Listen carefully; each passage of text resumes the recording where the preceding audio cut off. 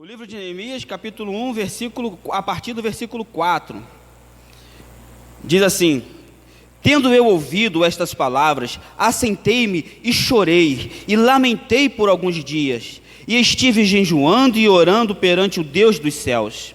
E disse: Ah, Senhor, Deus dos céus, Deus grande e temível, que guarda a aliança e a misericórdia para com aquele que ama e guarda os teus mandamentos.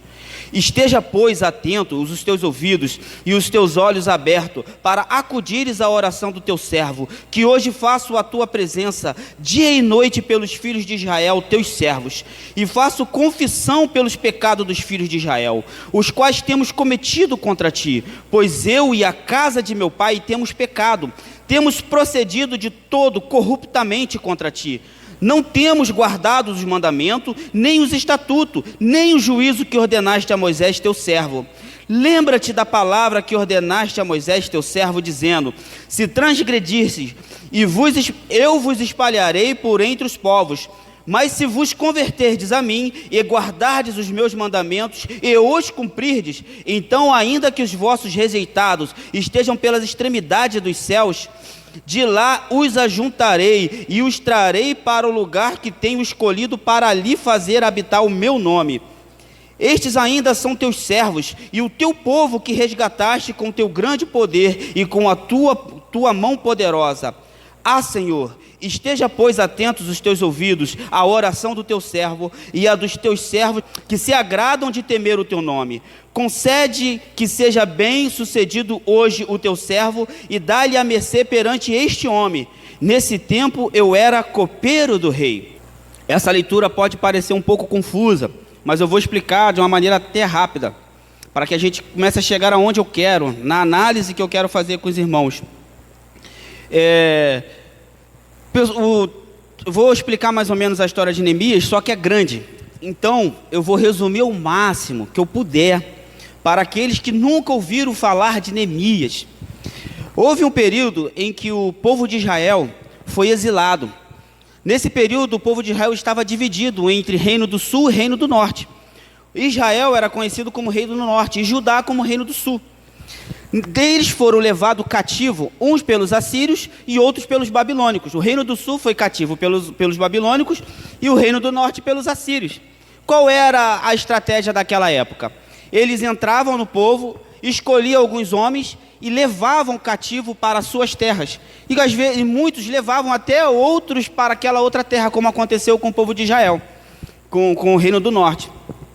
Só que no período pós-exílio, ou seja, no período em que eles deixaram esse exílio, houve um período em que esse exílio acabou e foi-se restituído o templo, no período de Esdras. Aí chegou o período de Neemias, que foi logo depois do período de Esdras, depois da reconstrução do templo. Porque como se encontrou uma cidade sitiada? Porque a gente lê muito rapidamente e a gente esquece que Jerusalém foi sitiada durante 3 vezes pela Babilônia. Não foi apenas um sítio, não foi apenas um cerco. Jeoacás foi cercado, Jeoaquim foi cercado, e teve um outro rei também que foi cercado. Então, em pouco tempo, a Babilônia cercou, saqueou e destruiu Jerusalém 3 vezes. Numa dessas 3 vezes, eles deixaram a Jerusalém em miséria. Os muros destruídos, as portas queimadas, as pessoas que viviam lá viviam a miséria e miséria de verdade. Todo mundo que queria entrar em Jerusalém entrava, fazia o que queria, não tinha governo. Jerusalém estava uma bagunça, o Reino do Sul, Judá, estava uma bagunça. E esse homem que nós estamos lendo, chamado Neemias, era o copeiro do rei atual da época, o rei atual da época chamado Artaxerxes. E ele, como era copeiro desse rei, a profissão de copeiro era uma profissão muito importante, porque era uma profissão de extrema segurança. Qual era a missão do copeiro? Não era apenas deixar o copo do rei cheio de vinho, não.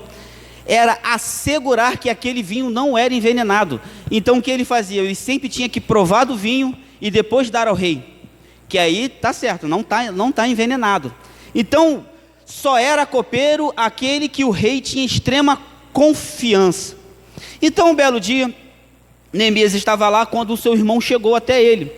E ele perguntou como estava Jerusalém. Ele falou: Jerusalém está com os muros destruídos, as portas queimadas, e o povo que está lá está vivendo em grande miséria. Isso afetou de tal forma Neemias, que aí vamos começar aonde eu quero analisar. Nós viemos falar hoje sobre oração. O Espírito Santo me levou de fato a analisar essa oração de Neemias, quando ele orou a Deus pedindo pelo povo dele. E eu comecei a analisar como Neemias chegou diante de Deus, como Neemias falou, porque nós às vezes, irmãos, nos colocamos numa posição de exigência, mas não sabemos nem pedir, não sabemos nem se portar diante do rei, não sabemos nem entrar na sala do trono, e não nos portamos como filhos, e começamos a querer exigir coisas de filhos. Então é necessário que a gente aprenda a orar, é necessário que nós aprendamos com esses homens que teve vitórias no meio de suas orações. Vamos começar a compreender o que ele disse lá no versículo 4, Neemias 1:4, vamos ler devagarzinho que os irmãos vão entender agora. Tendo eu, olha, uma palavra totalmente subjetiva, ele falando, era o próprio Neemias escrevendo, tendo eu ouvido estas palavras, que palavras era essa? A notícia que o irmão dele tinha levado a ele, que Jerusalém estava com as portas queimadas e os muros destruídos. Neemias disse, tendo eu ouvido estas palavras, assentei-me e chorei, e lamentei por alguns dias, ponto e vírgula, vai mudar a sentença. O que ele, ponto e vírgula, não é sempre que vai mudar a sentença, não é isso, Regis? Sempre que vamos mudar a sentença, a gente põe um ponto e vírgula, vai mudar ali o assunto, o esquema, no mesmo assunto, mas vai mudar, então ponto e vírgula, vai mudar, sobre o que eu estou falando. Primeiro ele disse o quê? Que ele sentou, chorou e lamentou por dias. Entenda algo, Deus, ele se preocupa com os seus sentimentos, Deus se importa com os teus sentimentos, mas não são os seus sentimentos que é o compromisso de Deus. Deus não tem compromisso com o seu sentimento, ele tem compromisso com a palavra dele, ou seja, o compromisso de Deus está na oração. Quando você senta, lamenta e chora, Deus até se compadece, mas se tu não aprender a orar, se tu não aprender a buscar, se tu não aprender a guerrear no mundo espiritual, Deus não pode ter compromisso contigo. Entenda que ficar parado não quer dizer não fazer nada. Ele, por muito tempo, ficou alguns dias ali, chorando, lamentando, sentindo a dor dos seus irmãos lá de Jerusalém, que vivia na miséria. Eu até entendo, porque eu vivi algo parecido, quando eu trabalhava lá no estaleiro. Eu ouvi uma história parecida, quando eu trabalhava no estaleiro, que um menino que trabalhava embarcado, ele falou que viu um senhor chorar. Ele falou que o rapaz passou na fila da comida, pegou lá, porque quando era no offshore, era uma comida bem à vontade, né? Era suco, era uma coisa bem legal para os trabalhadores, eles comiam. E quando esse senhor sentou na mesa, ele, ao invés de começar a comer, ele começou a chorar, porque todos no início ficou assustado com a quantidade de comida que ele colocou. Aí ele sentou e começou a chorar. Aí os caras começaram a ficar preocupados e perguntou, cara, o que está acontecendo? Por que você está chorando tanto? Ele falou, cara, eu estou aqui sentado comendo tudo isso, mas da onde eu vim, a minha mulher e meus filhos estão passando fome. Quando ele viu que ele iria comer, que ele estava vivendo ali uma satisfação, automaticamente ele pensou na família dele, nos filhos. Então ele sentiu a dor, ele se sentiu às vezes até talvez culpado de estar comendo tanto e saber que os seus filhos estão com fome. Então eu entendo o que passou-se na cabeça de Neemias, porque ele sabia, eu sou copeiro do rei, numa posição de confiança, eu estou bem, mas meus irmãos estão na miséria, meus irmãos estão com as portas queimadas, a minha cidade está destruída. Então eu comecei a entender, o Espírito Santo me levou a entender o sentimento de Neemias naquele momento, por que ele chorou tanto. Só que o Espírito Santo também falou comigo, não adianta se lamentar, não adianta você ficar chorando, porque eu até me compadeço dos seus sentimentos, mas eu não ajo mediante a sentimentos, eu ajo mediante a oração, eu ajo mediante a atitude, eu ajo mediante a postura. Quando você começa a tomar uma postura, quando você se apresenta diante de mim, quando você age com amor e pensa em amor, faz as coisas por amor da minha palavra e por amor aos meus, eu me compadeço e eu mudo a situação. Aí Neemias, ele estava lá, e ele lamentou, ele chorou durante dias, mas Quando muda a sentença, ele fala que fez o quê? Estive jejuando e orando perante ao Deus dos céus. Opa, ele identificou. A que Deus ele estava orando e jejuando? Ao Deus dos céus, a um Deus que ele conhecia e sabia quem era e sabia do seu poder. E disse: ah, Senhor. Olha essa exclamação que tem aí. Ah, Senhor. Não dá uma ideia de clamor? Não dá? Ah, Senhor. Já reparou como é que nós oramos? Queremos falar palavras bonitas. Gente, orar é com amor. Orar é com a necessidade. Tem gente que não quer nem orar, mas quer as bênçãos. Quer vencer a luta sem orar, sem lutar. Não, eu vou ser igual Gideão. Eu vou para a guerra, vou quebrar os cântaros, botar um negócio e vou vencer a guerra. Meu irmão, tem que orar, tem que buscar. A oração é fundamental. A oração, a oração nunca é para Deus. A oração é sempre para nós. Ela trata você. A oração não trata Deus. Você não precisaria abrir a boca para nada, para Deus saber das suas necessidades. Ele conhece. Você reparou que o psicólogo ele não faz nada, só te escuta? Depois de baseado, você já dá a solução para ele, o resultado do que tu está vivendo, é você que faz tudo. Ele só tem o estudo para identificar. Ele estuda lá para identificar o que você diz para ele. Aí ele vai achar lá no teu interior aquilo que está falando e vai levar o coisa. É igual Deus. Deus ele fica lá te ouvindo e depois ele te traz o tratamento. Você coloca para fora e logo você é tratado. Aí as pessoas querem, mas não querem orar, não querem clamar. Mas Neemias não. Com todo o coração, ele foi até Deus e disse: ah, Senhor, Deus dos céus, Deus grande e temível, que guardas a aliança e a misericórdia para com aqueles que te amam e guarda os teus mandamentos. Vamos analisar isso. Vamos lá na análise tática, Arnaldo? Vamos lá na análise tática do que ele fez. Neemias era um homem quebrantado e extremamente inteligente. Está achando que ele tirou isso do nada? Isso, palavra de Deus. Tudo isso que Neemias falou, vamos abrir lá em Deuteronômio 7, versículo 9. Saberás, pois, que o Senhor teu Deus é Deus, o Deus fiel, que guarda a aliança e a misericórdia até 1000, aos que amam e cumprem os seus mandamentos. Aí sem tirar daí, já volta lá para o Neemias que a gente leu agora, no versículo 5. O que Neemias falou? Ah, Senhor Deus dos céus, Deus grande e temível, ou seja, exaltando a Deus, colocando Deus no seu devido lugar. Ele colocou Deus como Deus. E depois o que ele fala? Que guardas a aliança e a misericórdia para com quem? Aqueles que amam e guardam os teus mandamentos. Ou seja, ele orou dentro da palavra. Ele usou a palavra de Deus para poder garantir o seu pedido. Ele não fez um pedido qualquer, a qualquer maneira, ou de qualquer forma, não. Ele se firmou na palavra para garantir que o que ele estava sendo pedido fosse ouvido. Aí, nós, crentes espertos, não queremos aprender da palavra, não queremos ler a Bíblia, não queremos estudar, não sabemos o que está escrito lá em Deuteronômio 7. Aí depois vamos orar e falamos com as nossas próprias palavras o que queremos, não recebemos e ainda ficamos com raiva.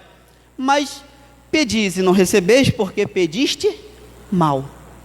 A palavra de Deus explica, a palavra de Deus ensina. A oração, ela tem de ser fundamentada na palavra. Sabe por quê? Deus, ele até se comove com teus sentimentos, mas ele só tem compromisso com a palavra dele, com as promessas dele, com aquilo que ele é. Então, quando você coloca Deus dentro do compromisso de Deus, você agora está se garantindo. O que Neemias fez? Chegou diante de Deus, exaltou ao Senhor, colocou ele na posição de Deus, e depois colocou as palavras de Deus para garantir o seu momento. Não, eu estou aqui no meu momento com Deus, então vou exaltar Deus porque Deus é Deus. De coração aberto, coração sincero, na verdade. Ele começou a orar. Depois ele falou o quê? Aquilo que Deus um dia já tinha dito. Essa é a tua palavra, Deus. Então, se o Senhor é o Deus que guarda a aliança para os que o ama, lembra que sempre tem uma posição. É para todo mundo que Deus guarda a aliança? Não, é para aqueles que cumprem os seus mandamentos e aqueles que amam a Deus. Às vezes a pessoa acha que Deus vai tratar igual todo mundo. E aí a gente começa a ler, não é bem assim. Para aqueles que cumprem e para aqueles que amam a palavra, vai ter um tratamento diferente, vai ter um negócio diferente aí. Vamos lá no 6. Aí ele continua orando e diz: estejam, pois, atentos os teus ouvidos e os teus olhos abertos para acudires à oração do teu servo, que hoje faço a tua presença dia e noite pelos filhos de Israel, teus servos, e faço o quê? Confissão pelos pecados dos filhos de Israel, os quais temos cometido contra ti, pois eu e a casa de Israel, eu e a casa de meu pai temos pecado. Aí o que ele fala lá no 7? Temos procedido de todo corruptamente contra ti, não temos guardado os mandamentos, nem os estatutos, nem os juízos que me ordenastes a Moisés teu servo. Vamos começar a entender qual tem sido uma grande falha nossa? Uma grande falha nossa na hora que vamos orar. Não confessamos pecado. Irmãos, pecados não confessados, brechas abertas. Legalidade para o inimigo. Não confessou o pecado? Brechas abertas. Quando nós confessamos nossos pecados, dá nome. Ele falou: temos agido corruptamente, não temos guardado seus estatutos, nem seus mandamentos, nem suas leis. Ele começou a falar tudo que ele e os filhos e os irmãos dele não vinham fazendo. Ele pediu que a misericórdia de Deus, mas ele era muito sábio. Disso você pode ter certeza. Levítico 26, versículo 33. Fica marcadinho aí, vamos ler lá o 8. O 8 de Neemias 1. Diz assim, ó: lembra-te da palavra que ordenaste a Moisés, teu servo, dizendo: se transgredirdes, eu vos espalharei por entre os povos. Escuta o que ele falou para Deus. Lembra-te quem? Lembra Deus. Lembra, Deus, do que tu falou para Moisés? Você se lembra? Que se a gente transgredisse, o Senhor iria nos espalhar? Olha como é que é um cara que sabe argumentar, que sabe chegar. Aí você vai lá ver isso lá em Levítico, que realmente ele usou a palavra. Eu falei 26, 33, não é isso? Diz assim: espalhar-vos-ei por entre as nações, e desembainharei as espadas atrás de vós. A vossa terra será assolada, e a vossa cidade serão deserta. Isso veio o quê? No castigo. Como que a gente lê lá no 26:14, diz assim, do livro de Levítico: mas se me não ouvirdes e não cumprir de todos estes mandamentos, se rejeitares os meus estatutos e a vossa alma se aborrecer dos meus juízos, a ponto de não cumprir todos os meus mandamentos, e violares a minha aliança, então eu vos farei isto: porém sobre vós o terror, a tísica e a febre ardente, que fazem desaparecer o lustre dos olhos e definhar a vida. E semeareis debalde a vossa semente, porque os vossos inimigos a comerão. Aí daí ele começa a falar várias maldições que vai vir pelo povo não guardar, não cumprir e não ser fiel à aliança com Deus. Neemias usou esse momento para falar para Deus: lembra que o Senhor falou isso? Mas só que ele não estava jogando contra ele mesmo. Ele estava falando isso para poder Deus se compadecer dos seus pecados. Mas logo depois ele vem fazendo uma conjunção ali na oração, juntando assim uma coisa meio adversativa, colocando assim, ó, lá no 9: mas se vos converterdes a mim e guardardes os meus mandamentos, e os cumprirdes, então, ainda que os vossos rejeitados estejam pelas extremidades do céu, de lá os ajuntarei e os trarei para o lugar que tenho escolhido para ali fazer habitar o meu nome. Isso aí está lá em Deuteronômio 30, do 1 ao 5. Diz assim, ó, lá no Deuteronômio 30, de 1 ao 5. Quando, pois, todas essas coisas vierem sobre ti, a bênção e a maldição que pus diante de ti, se te recordares dela entre todas as nações, para onde te lançar o Senhor teu Deus, e tornares o Senhor teu Deus, tu e teus filhos, de todo o teu coração, de toda a tua alma, e deres ouvido a sua voz, segundo tudo que hoje te ordeno, Então o Senhor teu Deus mudará a tua sorte, se compadecerá de ti, e te ajuntará de novo, de todos os povos entre os quais havia espalhado o Senhor teu Deus, ainda que os teus desterrados estejam para a extremidade dos céus. Desde aí te ajuntará o Senhor teu Deus, e te tornará de lá. O Senhor teu Deus te introduzirá na terra que teus pais possuíram, e a possuirás, e te fará bem, e te multiplicará mais do que a teus pais. Exatamente aquilo que Neemias usou para poder firmar o seu pedido. Até o momento, sabe o que Neemias estava fazendo com Deus? Fazendo Deus lembrar da aliança. Fazendo Deus lembrar que mesmo que ele transgredisse, Deus disse que se ele se converter, Deus mudaria a sorte.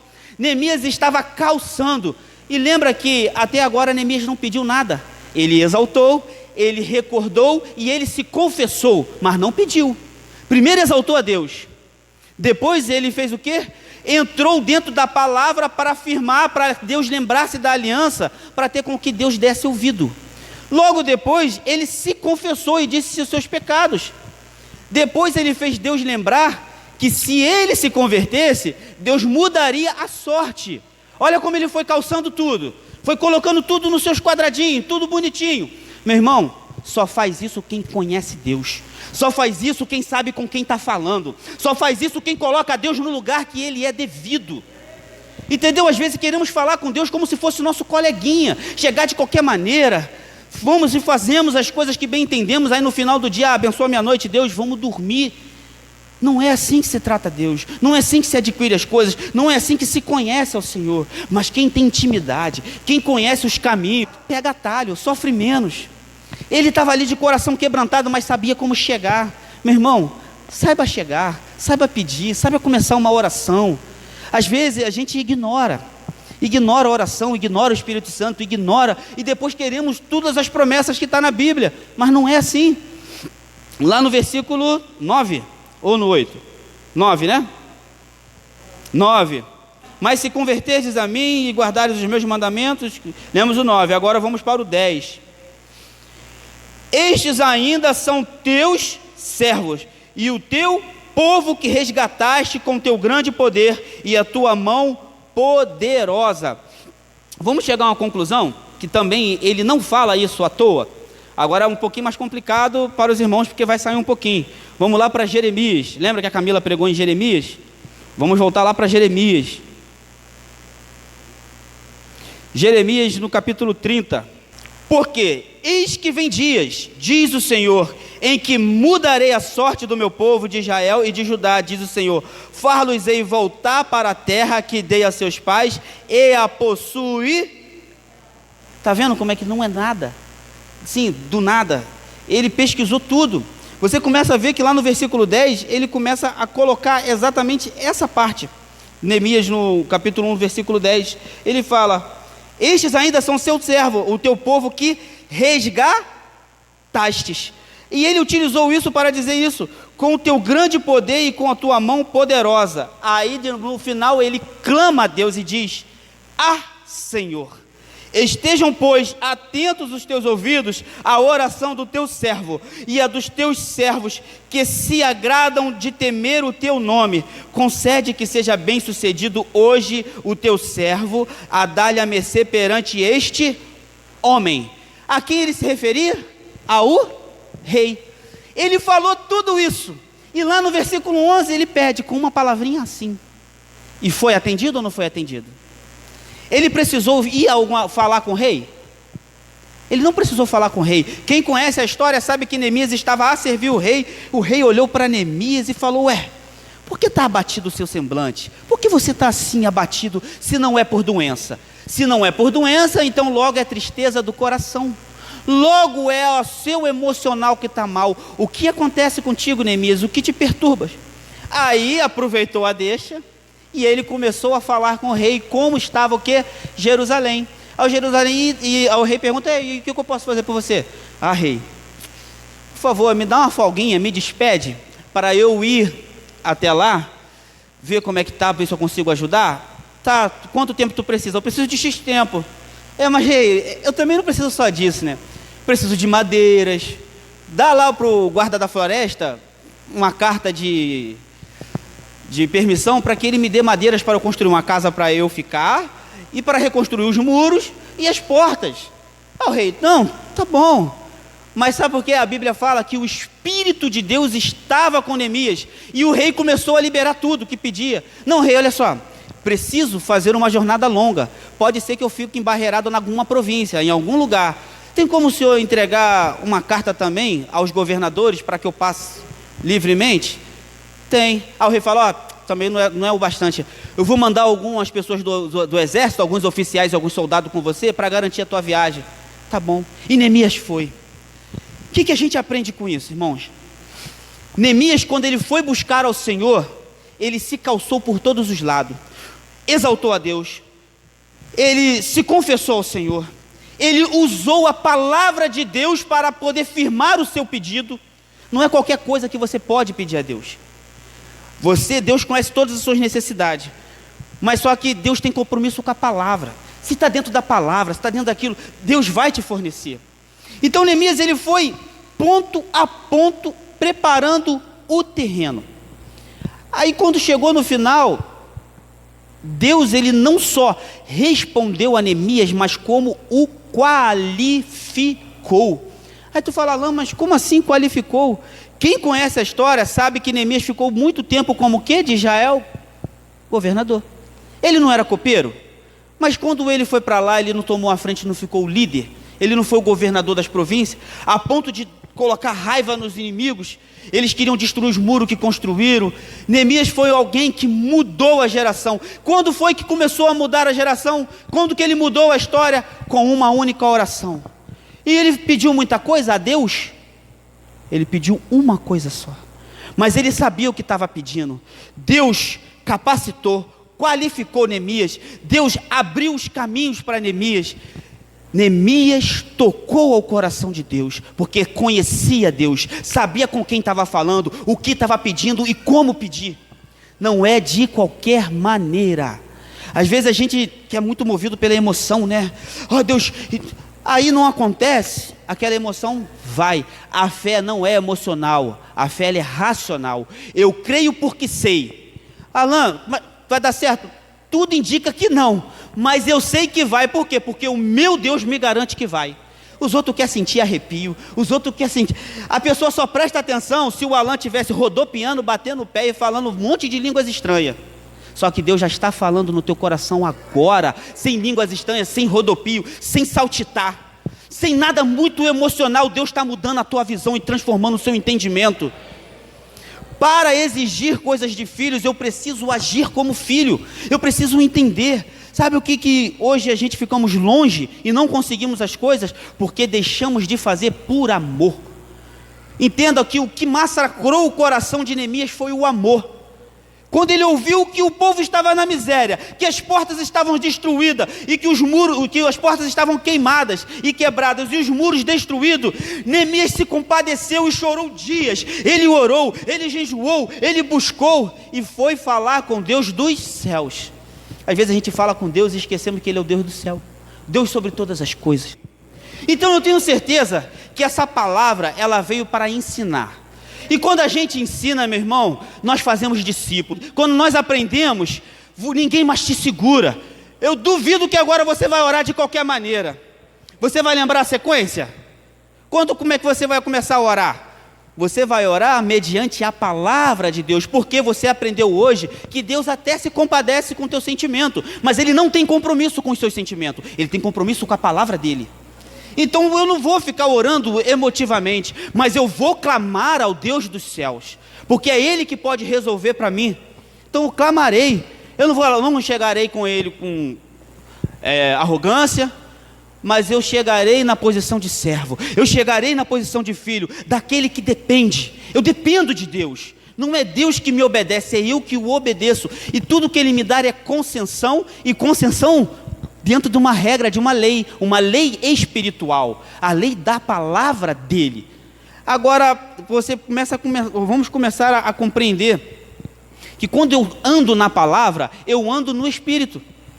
O Espírito me guia porque é o Espírito que me traz a palavra. Aí a gente começa a entender que tudo fica mais fácil. Andar em espírito e jamais satisfaria os desejos da carne. Aquele que anda no espírito, esses são os filhos de Deus. Aquele que tem os meus mandamentos e os guarda, esse é o que me ama. E aquele que me ama será amado de meu Pai, e eu também o amarei e me manifestarei a ele. Vamos começar a entender que quando a gente começa a ler a palavra, a gente começa a identificar situações para poder outorgar alguma coisa. Se eu tenho os mandamentos e eu guardo, eu amo a Deus. Porque se aquele que diz que ama a Deus e não cumpre os seus mandamentos, na verdade ele não ama. E Jesus estava falando isso, aquele que tem o meu mandamento e o guarda, esse é o que me ama. Mas aí tem uma coisa boa para aqueles que amam a Deus. Aquele que me ama será amado do meu Pai, e eu também o amarei e me manifestarei a ele. Queremos ver a manifestação de Deus, mas não amamos os seus estatutos, não amamos a lei, nem cumprimos, não dedicamos a nossa vida a ele e queremos ver a manifestação de Deus. Vamos começar a mudar o pensamento, mudar a atitude, mudar totalmente a nossa vida, porque chegou o período e chegou o tempo de a gente guerrear, irmãos. O mundo está mal, pessoas estão sendo atacadas diariamente com essa modernidade. E sem poder o crente cai. Quem não ora não tem comunhão. Quem não lê a palavra não tem onde se firmar. Porque a firmeza da tua oração está do que você sabe da palavra de Deus. Deus às vezes até se compadece. A gente entende que às vezes a pessoa é novo convertido, não conhece muito da palavra, tal, mas tem a fome de ler e estudar. Meu irmão, entende uma coisa: se eu creio que esta é a palavra de Deus, e se eu creio que Deus é o meu Salvador, então o estudar é privilégio, não é obrigação. Porque eu tenho que ler a Bíblia. Não é eu tenho que ler, eu preciso ler, porque é isso que me firma, é isso que me dá, é isso que me faz crente, é isso que me faz filho, é isso que me faz entender o que eu sou. Neemias sabia quem ele era, então ele chegou sabendo. Foi uma palavra muito instrutiva para ser analisada. A gente pegamos uma oração e a dissecamos. Vimos que Neemias não falou qualquer coisa. Vimos que Neemias era um homem cheio da palavra. Vimos que Neemias era um homem cheio de fé. Vimos que Neemias era um homem cheio de amor. Meu irmão, quando Jesus expulsava demônio, ele não expulsava para provar que ele tinha poder. Ele expulsava porque ele amava aquela pessoa que estava endemoniada. E ele queria ver aquela pessoa livre. Quando Jesus curava, ele se compadecia. Você lembra quando Jesus curou aquele menino surdo, que ele falou Efatá? O que vem antes? Diz assim, ó, ele suspirou e disse Efatá, que quer dizer abra-te. Aí os ouvidos, abriram. Colocou o dedo no ouvido e disse Efatá, abra-te. Não é isso, Regis? Efatá, abra-te. Regis que é bom nessas coisas de hebraico, grego. Efatá, abra-te. Irmãos, ler a palavra, buscar, orar, ore na madrugada, ore pela manhã, busque. Sabe por quê, irmãos? Quando o vendaval vier, se você não tiver alicerçado na palavra, tu vai cair. Quando o vendaval vier, quando tu não está alicerçado na palavra, olha, irmãos, às vezes você está pedindo pela tua família, há 3, 4, 5, 6 anos, pedindo pela tua família. Deus, salva a minha família, salva a minha família, salva a minha família. Deus fala assim para você: eu quero salvar você. Eu estou querendo te salvar. Quero que você entenda que é a tua vida que eu quero mudar. Lembra-te que quando aquele carcereiro, ele tentou se matar, ele achou que todo mundo tinha fugido. Essa palavra, crê no Senhor Jesus e será salvo tu e tua casa, não foi para todo mundo, não, foi para aquele homem. Aquele homem que estava a ponto a dar cabo da sua própria vida, ouviu uma palavra assim: olha, não se mata, que estamos todos aqui. Crê no Senhor Jesus e será salvo tu e tua casa. Foi para um homem, mas o mesmo Deus que agiu na vida daquele homem, que salvou ele e a casa dele, é o Deus que tu serve hoje, o Deus capaz de salvar você e a tua casa. Talvez você está desanimado porque há muito tempo Deus não responde a tua oração. Quando eu comecei a entender o que é oração, de uns tempos para cá não há uma oração minha que não tenha sido respondida. Mas é de qualquer maneira que eu tenho orado. Eu comecei a cumprir algumas regras, alguns caminhos, algumas etapas. Irmãos, sabe por quê? Quando a gente aprende a pescar, meu irmão, não tem dia ruim. Porque nós sabemos pescar, nós sabemos lutar pelo nosso mantimento, nós sabemos lutar pela nossa vida espiritual. E eu digo para vocês, irmãos, eu não quero que ninguém guerreie a minha guerra, eu quero que vocês apenas me apoiem nela. Fala, Alain, eu estou aqui contigo, mas a guerra quem tem que guerrear sou eu. Meu irmão, não queira que ninguém guerreie a tua guerra não, meu irmão, a guerra é tua. Você que tem que ir, é você que tem que segurar o cântaro, é você que tem que levantar as tochas, é você que tem que começar a ouvir Deus falar para você, ó, varão valoroso. Jesus morreu na cruz por você. E quando você se acha que você é pequeno, que você não pode, que não dá, que a vida de cristão fervoroso não é para você, você menospreza o amor de Deus. Deus te deu o espaço da oração hoje. Olha, não é normal o crente montanha-russa. Hoje eu estou bem, amanhã eu estou mal. Hoje eu estou bem, hoje eu estou em cima, amanhã eu estou embaixo. Não é normal essa vida de aventura. O normal é que o crente firmado em Deus construiu a sua casa sobre a rocha, e soprou a chuva, e veio os ventos, mas ele se manteve firme. Você é firme porque a tua rocha é Jesus Cristo. Não é normal a gente ter pés vacilantes. Eis que não deixará vacilar o teu pé aquele que te guarda. Eis que ele não dormirá e nem tosquenejará. Sabe o que isso significa? Que o Deus que te guarda, o Deus que olha por você, ele não dorme e nem sequer dá um cochilo. O Deus que te guarda não dá nenhuma piscada longa. Ele cuida de você dia e noite, do momento em que você levanta ao momento que você vai dormir, do momento que você está trabalhando. Ele conhece as suas necessidades e tem cuidado de vós. Saia daqui com a cabeça erguida, sabendo que o Senhor ouve sim a tua oração e que tu não és qualquer um, aleluia. Não sejais ignorante a respeito dos dons espirituais. O que tem acontecido é que os crentes da atualidade não pedem mais dons a Deus, não pedem. Qual foi o último dom que tu pediu a Deus? Que dom tu tens almejado? Olha, buscai os melhores dons, assim diz a palavra. Quando foi que você pediu o dom de profecia? Quando foi que pediste dom de operação de milagre, dons de curar? Então, vamos começar a nos orientar. Sabe por quê, meu irmão? Olhamos para o lado. Neemias, ele estava ali, ele podia olhar para o lado e falar, olha, ninguém vai mexer nessa porta, ninguém vai mexer nesse muro. Mas Neemias sabia que a responsabilidade era dele.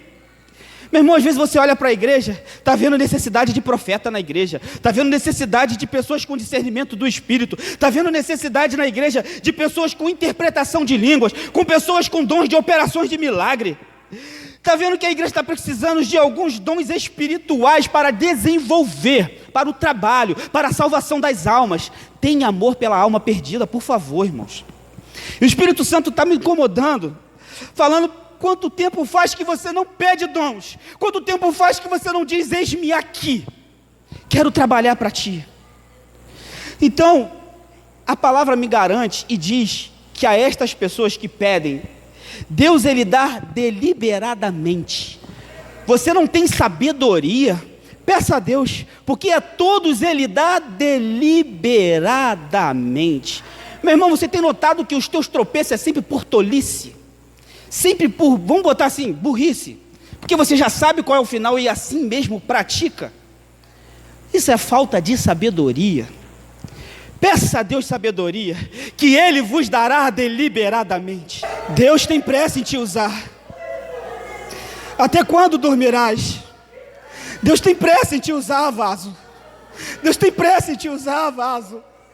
Deus tem pressa, Deus tem pressa.